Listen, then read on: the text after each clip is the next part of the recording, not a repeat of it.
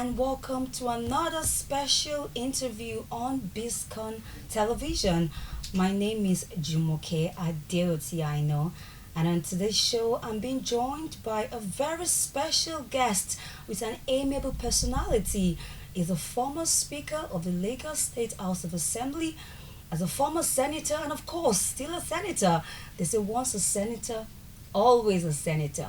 Is a minister of the Federal Republic of Nigeria, the Minister of Science, Technology, and Innovation. Of course, I'm being joined by the amiable Dr. Olorunimbe Mamora. Welcome, sir. Thank you very much. Thank you for inviting me, and it's a pleasure to be here. Yeah, it's always a pleasure for us too, sir. I'm Thank going to you. read an additional information on your profile before we get into the interview. Dr. Olorunimbe Mamora, like I said, was the Speaker of the Lagos State House of Assembly. He served for 2 terms as Senator of the Federal Republic of Nigeria. He was a Minister of State for Health before being assigned as the Minister of Science, Technology, and Innovation by President Muhammadu Buhari. Before joining the mainstream of Nigeria's politics, Dr. Olorunimbe is a renowned medical practitioner of note. He has run a very successful medical practice. Welcome to the show again, sir. Sir, you are the Minister of Science, Technology, and Innovation, but we saw you more on our screens during your capacity as the Minister of State for Health. And I believe I'm speaking the mind of many Nigerians now in saluting you and, of course, other members of the COVID-19 Presidential Task Force Committee for your great sense of commitment and service in battling the dreadful COVID-19 pandemic to a total submission. All right, sir. So, my first question to you, sir, is what do you advise those in the health authorities now, given the recent surge of COVID-19 pandemic from China and other variants that other countries are beginning to experience now? What do you advise, sir? Right. Thank you very much, Jumoke. Right. Yes, sir. Okay. Now, let me again quickly correct something. Okay. You know, each time I'm being introduced, virtually everywhere, I'm introduced as 2-term speaker. I wasn't. I was just speaker for 1 term, Okay. 1999 to 2003, Okay. and I was elected in the Senate in 2003. So it's in the Senate that I spent 2 terms. Yeah, I think that was what I said. I said Well, senator. I said, except I didn't, but because I know that okay, people make that oftentimes, mistake all the time. yes, they say 2 terms. Why do you think so, sir? Could it be that maybe while you served, you were very much felt? Well, I leave that to the people to judge. Okay, sir. But thank you very much for your kind words and Yes, sir. the intro. Well, then you said that you probably saw me more as a Minister of State I'm the Minister of State for Health. Yes, sir. Well, for obvious reasons then, because we were battling with COVID. COVID-19 pandemic. So, COVID is not entirely, gone. And as we say, it is not over until it is over. Okay? And it's still with us. We're just lucky that largely not as devastating as it was, before. Well, you rightly captured it. There are various variants that we may not even readily know that are with us. And I believe very strongly right now that we are in a period of what we call herd immunity. That is a situation where a large population of the people will have been infected at one point in time or the other, and they have been able to develop some level of immunity that even when infected, they are not either manifesting very serious symptoms, or they have been able to get over as not to have people being badly devastated, Okay, sir. particularly as to lead to death and all that. So that's the state in which we are right now. And I believe that the health authorities are doing what they should do, which is to engage in active surveillance and monitoring of the situation, and well, still do what we've always been doing in terms of uh, you know, information dissemination and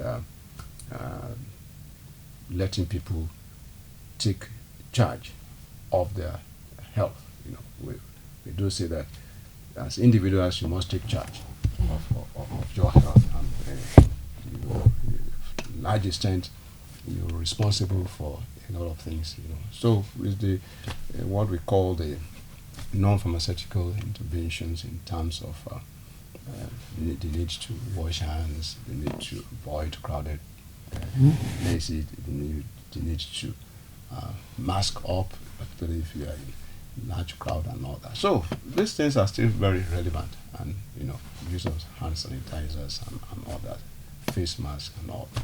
So they are still very relevant to the situation at hand. All right, sir. Because now I'm happy that you mentioned this, because that was going to be my next question. Because I don't think those in the health authorities now have made it compulsory to announce that we need to go back to our nose mask and obey the rules of COVID-19. Do you think we should go back to wearing our nose mask now and other rules to avoid the COVID-19 spread? Well, you know, I'm no longer in hell, but the health authorities I can assure you, they are doing what they need to do. They're still, I mean, what we call risk communication and all that. They're still, you know, giving this information to the people. And of course, yes, what they have not, to the best of my knowledge, they have not said that you shouldn't. They have only said that, yeah, maybe optional, but you look at where you are. You know, because like when you are in an enclosed space that you have a large number of people, of course you are more prone to that kind of circumstances. So you are still advised that you may need to use your mask. You know, so they have not said, to the best of my knowledge, that you should stop. Shouldn't. No, no. They are saying that, well, it's optional, Okay. but at the same time you weigh where you are in terms of population of the area. You know, whether there is overcrowding and all that, which makes you more prone and all that.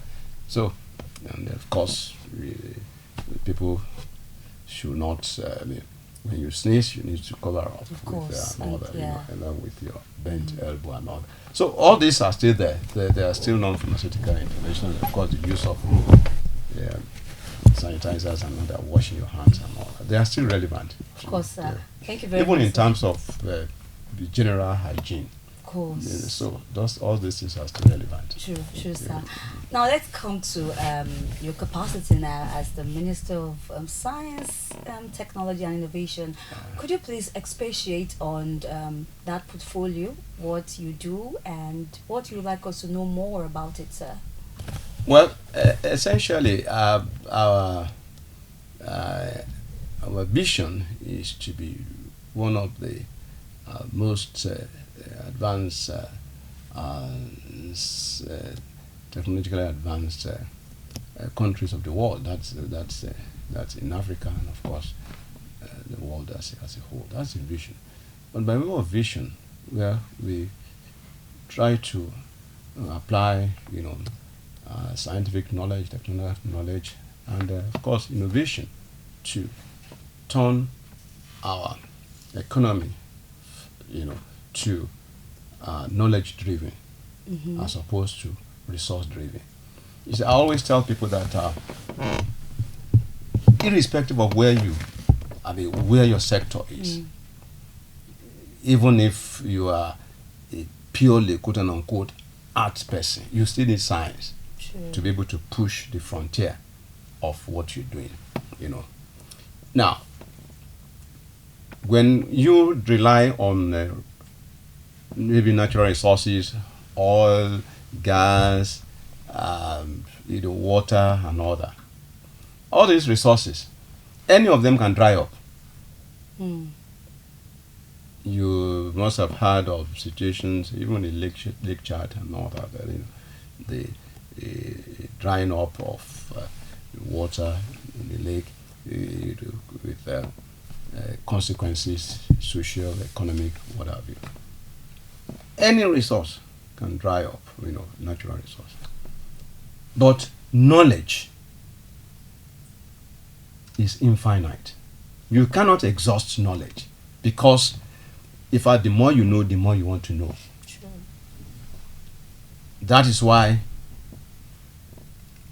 in what we're doing, we're looking at how we will continue to explore the frontier of knowledge to be able to develop our society better and achieve our socio-economic development of our country. That's the whole essence of what the Ministry of Science, Technology and Innovation is about in terms of our mission. And of course, we have our mandate, as given by Mr. President, in terms of, in fact, it's taking its root from the Constitution itself.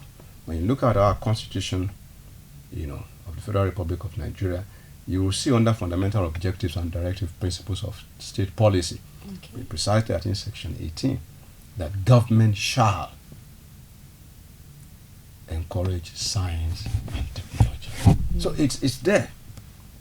So, which, of course, that is the supreme law of the land. So it's like whatever we are doing is taking its root from the Constitution. And of course, Mr. President has taken it further. If you look at the recently signed Executive Order number 5, so it's like acculturation, that is having the culture of science, technology, and innovation in everything, and of course with local content of whatever we're doing. So have that, so that we can do things faster, better, and bigger.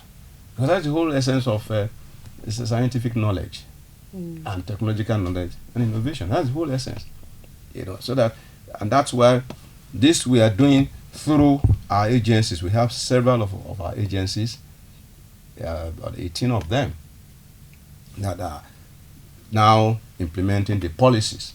We have policies in the ministry, but the implementation of those policies are through our agencies. We have so many of them, like the FIRO, Naseni, Proda, all they have to, the NASDA, name it. We have so many of these agencies that are there. That's they are implementing the policies of the ministry. Thank you very much, sir, for breaking, because it used to look so bogus to me and ambiguous. Thank you for breaking it down, because, like you said, big technology in every facet of our life. In everything. Our ability to even move, breathe. Just name it. Yes. It's about technology advancement. And of course, we are also part of the technology we're talking about. The technology that takes you to or that brings out research and development, because most of our agencies, they are research institutions that engage in research and development, and it's been established that your economic development, as a people, as a nation, is a function of research and development. It's because the example I always give is that if you have gold or even diamond at your backyard, that gold or diamond, it's in the soil, and until you dig the soil, you bring out the materials, and then you process them through a process of through research and development. You cannot get the glittering diamond we have talked about. We need science to get wealth. That is just it. That is the whole essence of science, technology, and innovation, because you now apply in the application of these things. You now come about innovation. That is innovation. Doing things differently. Putting ideas or transforming ideas into reality that will give you better things. Better life, if you like, in all its ramifications. So that's just what. And you recall that the whole of last week we had our what we call the STI, that is Science, Technology and Innovation Expo. Okay. Yes, which we've been having the last 7 years. So yes, this last one last week was the It's a week-long program. That was the 7th edition. Wow. We've been having these things on, annual basis. Big event where researchers, inventors, investors, people from the private sector, from the academia, from research institutions, from within and from outside of the country, come, particularly our own people showcase their inventions. And it's a forum that provides a handshake between inventors and investors and industry practitioners, so that because whatever research output that you have, if you don't take them to the market, they cannot be useful to the people. True. And of course, people will not know. And it's like what I say, or what I call winking in the dark. When you wink in the dark, nobody sees you. So, if you have, through process of research and development, you have come up with something, an invention, or a new discovery or something, that will make our society better, one way or the other. You don't just leave this product or research output on the shelves. You must, take this in out there. And of course, you then get the buy-in of potential investors and industry practitioners who now take this into the market. Right. So that, and so many things that we were so excited with what we saw, even from school children, because it's open to the public. Oh, of course, we had it in Abuja at the Eagle Square. So many things that people, young, science students from even secondary schools, from colleges of education, colleges of technology and all that. You will not believe it. So these are the things. And just last October again, the Federal Ministry of Science, Technology and Innovation, through the support of our president, the Nigeria hosted what we call FARI. FARI is Forum of African Research and Innovation, where we had ECOWAS countries, 11 of them participating. It was a similar thing, a similar way where people, the inventors showcased their inventions. I mean, kudos to you, sir, for your input, your impact, and the development of the science, technology and innovation ministry in Nigeria. Of course, now let's go to the, obviously, the elections are coming. They are fast approaching.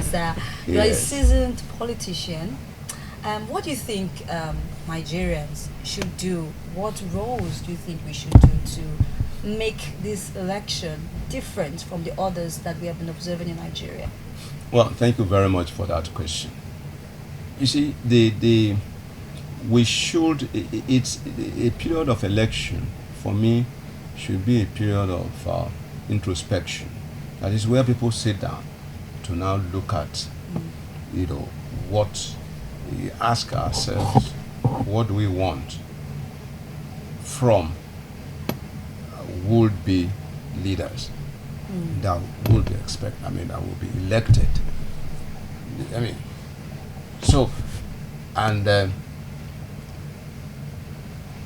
Democracy is participatory. That is, it is expected that people will be part and parcel of the process, particularly when it comes to election, which is about electing new people, new set of leaders that will take charge of the affairs of the country at all levels, particularly the state and the national levels. And that's why the election as a pillar of democracy, for me, is one of the most important pillars of democracy. Because that is when you now sit down to say, look, who are the people that are best suited to hold the reins of power and manage the affairs of the people through the government, either at the state or the national or federal level. So it's a very critical period, and it's a very serious assignment that that's why we often talk about civic responsibility. It's not enough for people to sit down and fold their arms because at the end of the day, whether you participate or you don't participate, some people will be there and they will determine your own future. It's a serious thing. Election is a serious matter that people should not toy with. They should not. You see, I think one of the philosophers of old did say that the greatest punishment for the wise who refuse to rule is to suffer the rule of idiots. And that is profound as far as I'm concerned. Very profound, So don't sit down. So answering your question, my advice is for people to participate and carry out that civic responsibility by voting born out of your conscience and your assessment of the candidates that are presenting themselves. We are having elections into the state houses of assembly, the governorship, the national assembly, then the presidential elections. So people should not fold. You should not sit back and then complain. You will have no right to complain when you have refused to participate. So it's better to participate, vote your conscience, and be happy with what you have done, and then prayerfully hope that your own choice of a candidate will be the choice of the majority as well. That's the whole essence. So secondly, is to appeal to our people that let us eschew violence. There shouldn't be. It's supposed to be a process that is sober in the sense that, like I have told you, I have tried to analyze the importance of election. And if I'm using election, but I want you to know that it's a process. So of three phases: pre-election, intra-election, and post-election. All this, those are the three components that make up election. So, and we need to, and I'm happy just a few days ago, the National Peace Committee, ably headed by the past military president, General Absalami, and his colleagues, in that team, they are doing a great job that they should be commended for. You see, because they came out, and they are not just doing this for the first time. They came out, invited all the presidential candidates to, let them know that, look, we are not happy with what we are seeing in terms of brickbats and exchange of hot words and all that. That is not. No, because when that happens, we will be living the issues. And the appeal has always been, let us have issue-based campaign. And not to be saying that, your nose is too big. Not war of words. That hasn't got anything to do with what people expect. What people expect is for aspirants, candidates to come forward with their plan of action, with their manifesto, and how they intend to achieve the good of the people. Because the good of the people is the supreme law. That is what we are all looking for. Sure. That's what the ordinary man on the street is looking for. How you get food to the table for the ordinary man. How the social services will work. Transportation, health services, water supply, good infrastructure. Those are the things that matter. So let me ask you a direct question. What kind of president do Nigerians need now? What kind of president should we elect? Well, Nigerians, I believe, need a president with listening ears. who will see and appreciate the yearnings and aspirations of the people, and will have listening ear to give effect to the yearnings and aspirations. I mean, in a simple, in a nutshell, that's the kind of a president, that Nigerians need. And of course, we know what our challenges are at this point in time. Issues of security, issues of economy, issues of infrastructure. Those are issues, and people would naturally look forward to a president who will be able to combat insecurity and at least take it further from what the present administration has been able to do. The present administration has done well under President Muhammadu Buhari, no doubt about that. But his tenure will soon come an end. It will come to an end, and somebody else will take over. So Nigerians need a president who will take where Mr. President Muhammadu Buhari, where he has stopped or where he will stop, you take it from there and achieve more. All right, sir. We are getting to the conclusion. Because security is the first thing. In fact, the Yes. Constitution is clear. Yes. The Constitution says security and welfare are the primary purpose of government under fundamental objectives and directive principles of state policy, section 12, and then it's 14 of the Constitution. True. 14. I mean, if the nation is secured, a lot of things will be developed. There will be growth. There cannot be Yes. development. There cannot be peace. There cannot be progress without security. Yes.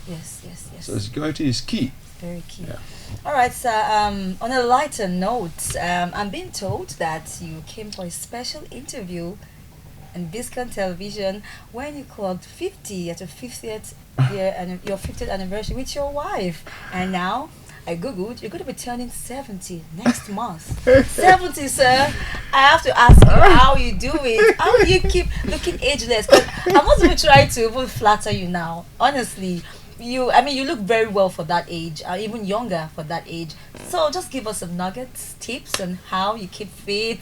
And so far, you're married with your lovely wife. We'd like to know. When I came in this morning, and just saying hello to your boss, the boss who is the boss, my good friend. I was just shocked that I saw him in his office relaxed and watching the very clip that he did, as it were, the story that he did 20 years ago. That was during my 50th birthday, and I couldn't have believed it. I said, wow. It's so, and I'm just like that. And like you said, just in about 2 or 3 weeks from now, I'll be 70. Yes. But back to your question. I always say, to God be the glory. It's grace. Grace, and grace. And I thank God for His grace over my life. In Christendom, we define grace as unmerited favor. So,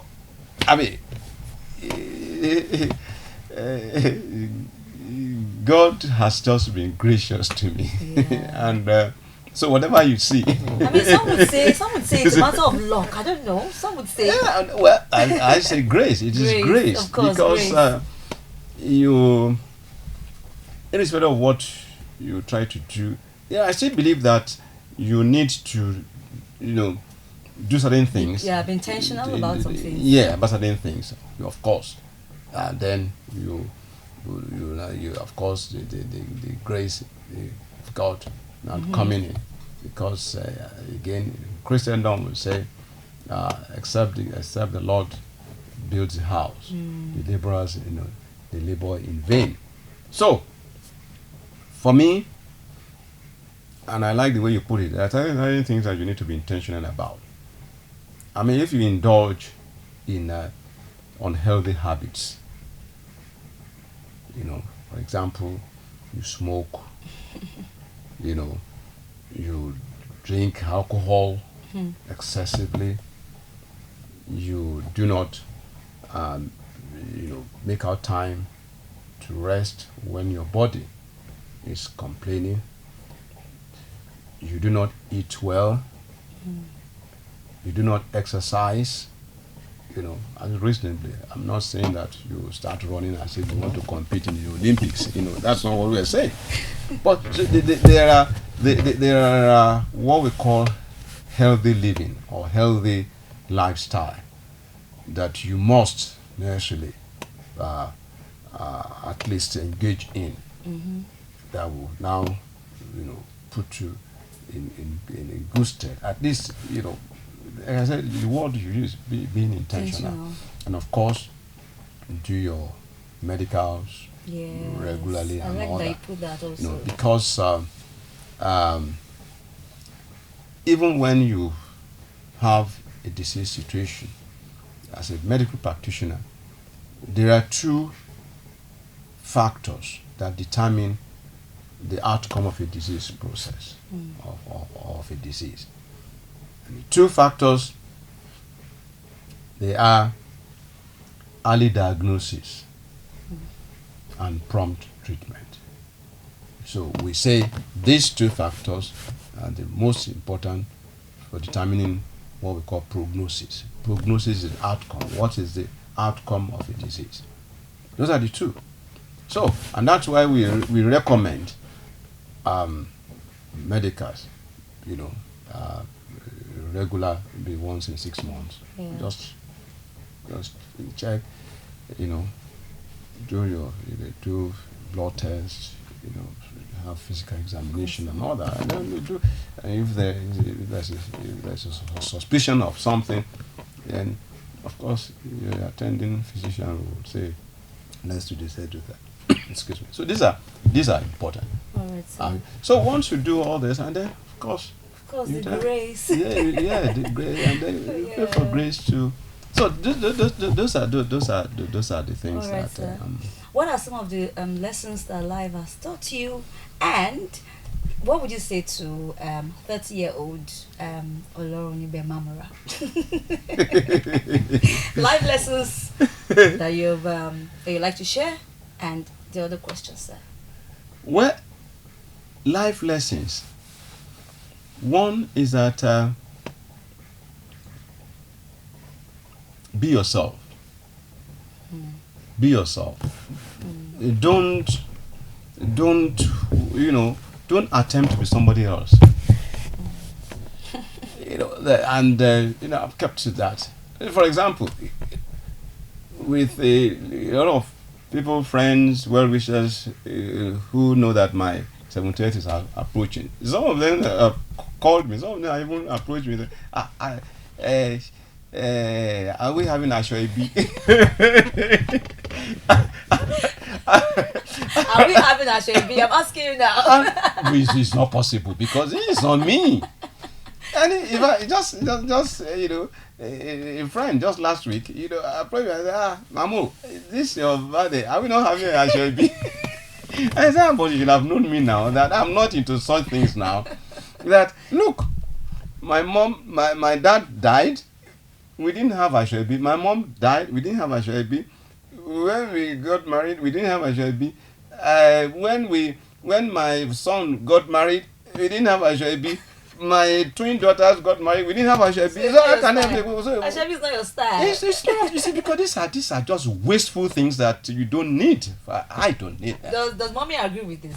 Yes. Oh, interesting. I mean, the two shall become one. So, my wife, of course, so modesty, moderation. They are also part of the life lessons. And so you don't, it's like, I know in my secondary school days, I read a book, Far From the Madding Crowd. Let them be mad with what they are doing, but you are not part of the the mad crowd. So be yourself, be modest, be moderate in all that you do. Moderation is very key, part of life lessons. And of course, learn to be humble. You see, I tell people that for me, God has been good to me. There's nothing about that. And I do not take this for granted. And I do not take my friends for granted as well. I give respect to everyone around me, because respect is mutual and reciprocal. It doesn't matter. And just learn to be humble, because you don't lose anything. Sure. You don't lose anything at all when you're humble. And of course, firm, for me, I repeat, firm faith in God. So, irrespective of what I face in life, I believe that there's a purpose for it. God has a purpose for allowing whatever. I move on, and I have firm faith in God as well. All right, sir. So thank you very much, sir. And you are a father of twin daughters. I mean, I saw your video. Yes. Where I was dancing. Yes. I knew you. I knew you. I knew you. They got married on the same day. Wow. Yeah, they got married the same day. That was 31st of October, 2021. Wow, interesting, Yeah. sir. Yes. That had always been my prayer. And of course, that's part of life. What life has taught me. Prayers do well, because I will tell you the origin, if you like. A friend of mine that also has twin daughters like that. The daughters got married. It's Redeemed parishes in I think VI some years back, and I was the chairman. So my prayer point in the church on that day was that, God, my prayer is that you will grant me the grace that my own twin daughters, will also get married same day. And God granted the prayer. So, I mean, we couldn't have ended this conversation on a very pleasant and on a light note. Thank you so much, sir, for gracing our studio. Dr. Olorunimbe Mamora is the Minister of Science, Technology and Innovation. I'm sure you had a very nice time listening to us, and I'm sure that you've been able to pick one or two things on the Ministry of Science, Technology and Innovation, and as well as what we are currently battling with Nigeria, the COVID-19 pandemic, what we must do, how we must also keep up with what we've always known to be the rules and the requirements in order to avoid the spread of the COVID-19 pandemic. Thank you always for keeping tuned to Biscon Television. Till we see you next time, I'm Jumoke Adioti Aino. Thanks for watching. Jumoke, you know what? How I wish that my wife, how I wish she was around. Yes. Just like 20 years ago. Yes. But this is, this is an impromptu thing. Yes. Because I didn't know that this would be happening. I just thought I should see my friend. Can you imagine? That's our boss for you. It takes advantage of every opportunity. I just gave him a call because I wanted to discuss it. And he said, can I come to this? I said, why not? So my wife is in the church now. Okay. And, fortunately, I couldn't go to church today. So, thank you, sir. All the same. I would have wished that you were here to corroborate some of these things. Yes, it would have been lovely. Very, very lovely. Thank you very much, sir. Thank I'm you. sure did you have a great time? Well, break time or what? Did you have a great time? That's what I mean. With the interview? Yes. Oh, yes. great. Great, of course. Thank you, sir. Of course, Thank you very great. much, sir. Thank you very much Yes, sir. for